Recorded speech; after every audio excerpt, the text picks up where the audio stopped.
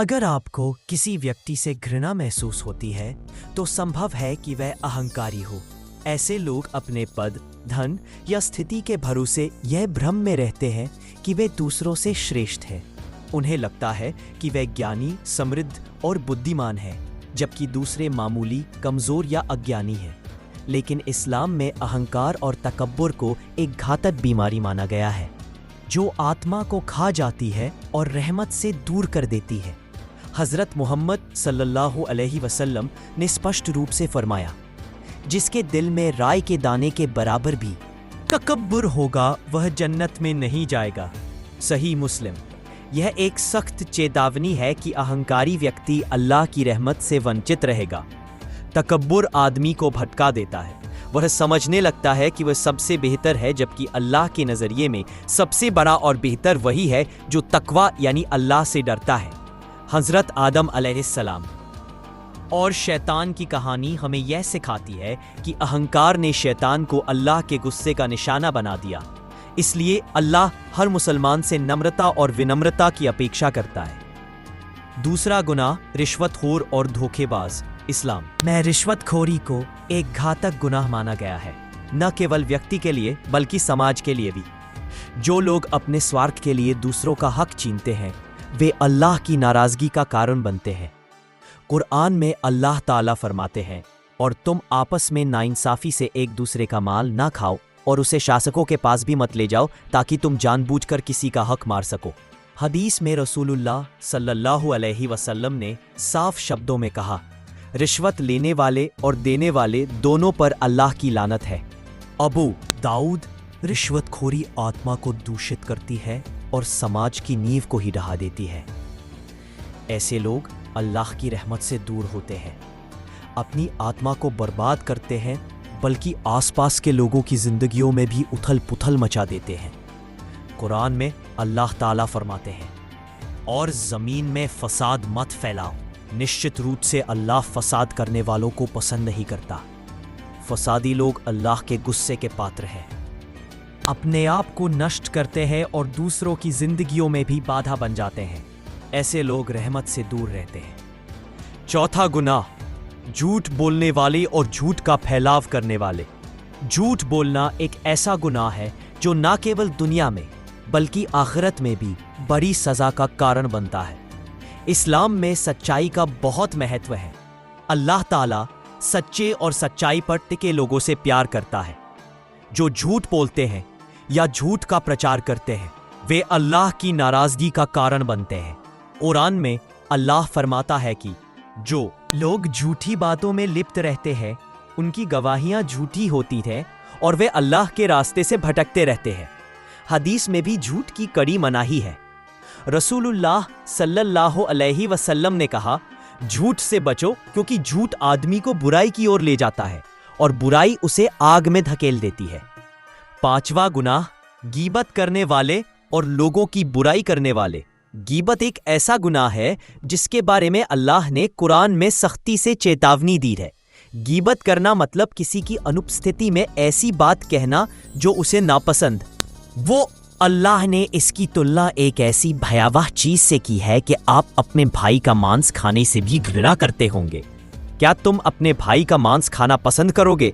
तो क्या तुम उसकी मृत्यु के बाद उसका मांस खाओगे? यही गीबत है। गीबत करने वाले अल्लाह के गुस्से के पात्र है। उनकी नमाज और इबादत तब तक कबूल नहीं होती। छठा पाप, माता पिता की अवज्ञा करने वालों का माता पिता की सेवा और उनका सम्मान करना इस्लाम के सबसे ऊंचे आदेशों में से एक है।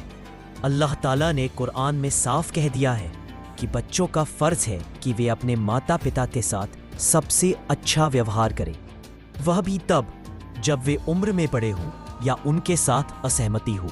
जो व्यक्ति माता पिता की नाफरमानी करता है, वह ऐसा करके अल्लाह के गुस्से को दबाने का कारण बनता है।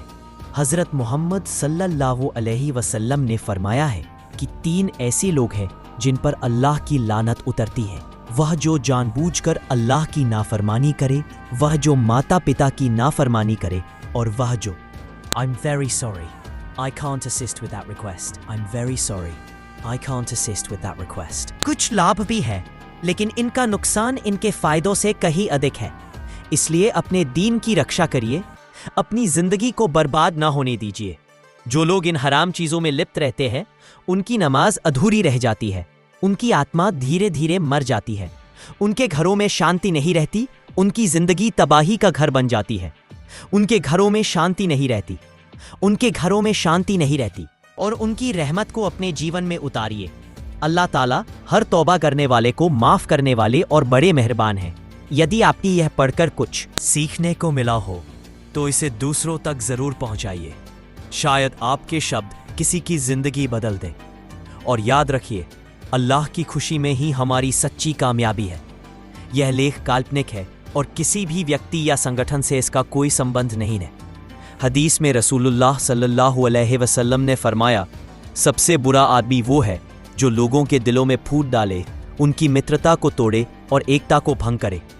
शहादा भी, ऐसे लोग न केवल समाज में अशांति फैलाते हैं बल्कि परिवारों में भी तकरार पैदा करते हैं। वे गुप्त षड्यंत्रों से जीवन विषैला बना देते हैं। ऐसे लोगों के कारण खुशहाल समाज भी बदनाम हो जाते हैं। इसलिए अल्लाह ताला ऐसे लोगों से सख्त नाराज है, क्योंकि वे जहां जाते हैं वहां अराजकता का बीज बोते हैं। चौथा पाप, झूठ बोलने वाले और बेईमान। इस्लाम में झूठ और बेईमानी को बहुत गहरा गुनाह माना गया है। जो व्यक्ति झूठ बोलता है वह अपने आप को खो देता है, उसकी आत्मा धीरे धीरे अंधेरे में खोती जाती है। अल्लाह ताला कुरान में फरमाते हैं, क्या ये लोग नहीं जानते कि अल्लाह झूठे और बदचलन लोगों को सच्चाई का रास्ता नहीं दिखाता? अल माइदा 105।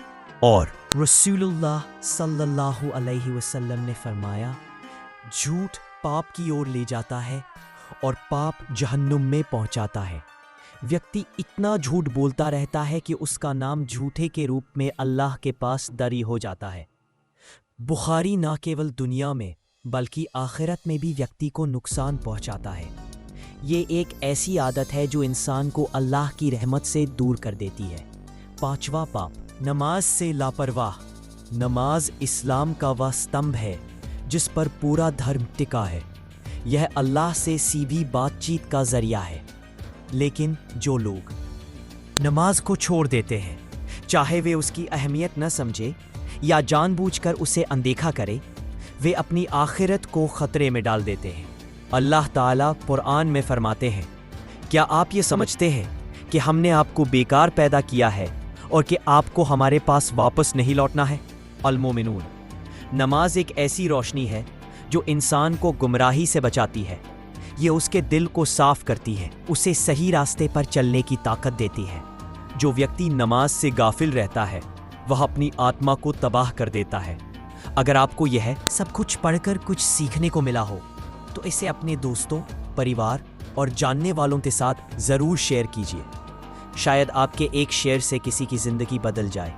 और हाँ, हमारे चैनल को सब्सक्राइब करें, वीडियो को लाइक करें और बेल आइकन पर क्लिक करके हमारे सभी नए अपडेट्स अपने तक पहुंचाएं।